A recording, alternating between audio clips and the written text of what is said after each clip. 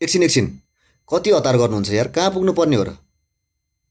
हजुरहरू यहाँ आइसके पछाडि त फेसबुकको स्पेशल टिप्स नसिकी त जानै पाउनुहुन्न ल।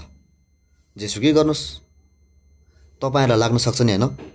ए भगवान, हाम्रो फेसबुकमा फलोवर्स कसरी बढाउने होला, फलोवर्स बढाउने आइडिया के होला, के गर्दा चाहिँ फलोवर्स बढ्ला, अर्थात् फेसबुकमा कस्तो चाहिँ सेटिङ गर्यो भने फलोवर्स बढाउने चान्स धेरै हुन्छ भन्ने खुल्दुली लागिरहेको हुनसक्छ। आज त्यही विषयमा चाहिँ मैले तपाईँहरूलाई भिडियो बनाएको छु। हुन त त्यो सेटिङ गर्दा मात्रै फलोवर्स बढ्छ भन्ने होइन है, आफ्नो कन्टेन्ट पनि राम्रो हुनुपर्ने हुन्छ। कन्टेन्ट स्पेसल्ली त ओरिजिनल हुनुपर्ने हुन्छ। अर्काको कपी गर्यो भनेदेखि त्यसलाई छाँटकाट गरेर चाहिँ एकदम मिलाएर राख्नुपर्ने हुन्छ, रिएडिट गरेर राख्नुपर्ने हुन्छ। अनि मात्रै तपाईँहरूलाई चाहिँ फेसबुकले नराम्रो मान्दैन, ओरिजिनल कन्टेन्ट भन्ने मानिन्छ। अझै पनि ओरिजिनल कन्टेन्ट चाहिँ आफैले बनाएर अपलोड गरेको जस्तो चाहिँ कुनै पनि हुँदैन। बुझ्नुभयो नि? हजुरहरूले भिडियो फेसबुकबाट हेर्दै हुनुहुन्छ भने चाहिँ मलाई फलो गर्नु भएको छैन भने फलो गर्नुहोला। युट्युबबाट हेरिराख्नु भएको छ भने सब्सक्राइब गर्नु भएको छैन भने सब्सक्राइब गरेर सपोर्ट गरिदिनु होला। र भिडियोलाई कहाँदेखि हेर्दै हुनुहुन्छ कमेन्ट बक्समा उल्लेख गरिदिनु होला भन्दै आज म तपाईँहरूलाई स्पेशल टिप्सको लागि लैजाँदैछु मेरो मोबाइल स्क्रिनमा। Let's go. ल, मैले ढिला नगरिकन हजुरहरूलाई लिएर आइसकेको छु मेरो मोबाइल स्क्रिनमा। अब ढिला नगरिकन म फेसबुक एप्सलाई क्लिक गर्न चाहन्छु। हजुरहरू पनि क्लिक गर्नुहोस् ल। त्यस पछाडि तपाईँहरू जानुपर्ने हुन्छ डाइरेक्ट राइट साइडमा, त्यहाँ मेरो फोटो भएको ठाउँमा राइट साइडमा छ हेर्नुहोस् त। त्यहाँ हजुरकोमा चाहिँ फेरि हजुरकै फोटो हुन्छ है। अब त्यसमा क्लिक गर्नुहोस्। अब त्यस पछाडि तपाईँहरू ढिला नगरिकन जानुपर्ने हुन्छ सेटिङमा।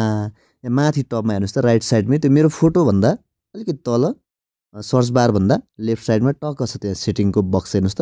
हो, त्यसमा गएर क्लिक गर्नुपर्ने हुन्छ। ल, क्लिक गर्नुहोस्। ल, अब हजुरहरू ढिला नगरिकन तल जानुपर्ने हुन्छ। हेर्नुहोस् त, स्क्रल नगरिकनै हुन्छ। अब मोबाइल अनुसार हुन्छ है, कुनै कुनै मोबाइलहरूमा त्यहाँ चाहिँ लेखेको छ प्राइभेसी चेकअप भनेर लेखेको छ, हेर्नुहोस् त। हो, यसमा क्लिक गर्नुहोस्। क्लिक गरेँ है त। अब अझै पनि भन्छु म, हजुरहरू ढिला नगरिकन ठ्याक्कै how people can find you भनेर लेखेको छ, त्यसमा क्लिक गर्नुहोस्। हो, यहाँ क्लिक गरिसके पछाडि अब हजुरहरू जानुपर्ने हुन्छ कन्टिन्यूमा। तल कन्टिन्यू गर्नुहोस्। कन्टिन्यूमा क्लिक गरिसके पछाडि अब हजुरहरूले ढिला नगरिकन फ्रेन्ड रिक्वेस्ट भन्ने तल छ, who can send you friend request भन्ने छ, यसमा क्लिक गर्नुहोस्।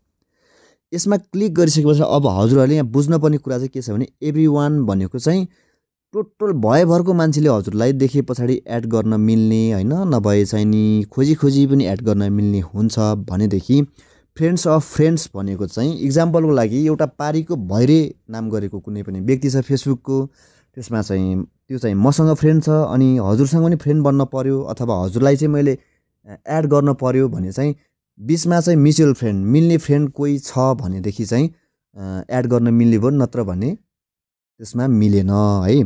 म्युचुअल फ्रेन्ड कोही पनि छैन भने चाहिँ एड गर्न मिल्दैन। यसमा राख्यो भने चाहिँ त्यो हुन्छ है, फ्रेन्ड्स अफ फ्रेन्ड्समा राख्यो भने। अब हजुरहरूले चाहिँ नो वान भन्ने छ, नो वानमा यसरी क्लिक गरेर राख्नुभयो भने चाहिँ कुनै पनि पब्लिकले एड गर्न नमिल्ने तपाईँलाई। त्यस पछाडि आएर चाहिँ फ्रेन्ड्समा बिचमा चाहिँ फ्रेन्ड्स मिल्ने, अघि मैले भने जस्तो म्युचुअल फ्रेन्डमा फ्रेन्ड छ भने पनि नमिल्ने हुन्छ है, नो वान गर्नुभयो भनेदेखि। अब नो वान गर्नुभयो भने चाहिँ हजुरको कन्टेन्ट मन परेर पनि हजुरलाई एड गर्ने भन्दाखेरि पनि फलो बटन त्यहाँ देखिए पछाडि फलोमा क्लिक गर्ने सम्भावना धेरै हुन्छ है। त्यो भएको कारणले गर्दाखेरि कयौँ मान्छेहरूले चाहिँ नो वानमा राखिरहेको देख्छौँ होइन, नो वानमा राख्छौँ। अनि कोहीले राख्छ फ्रेन्ड्स अफ फ्रेन्ड्समा राख्छ। फ्रेन्ड्स अफ फ्रेन्ड्स भनेको चाहिँ अब त्यो अघि नै मैले भनिहालेँ।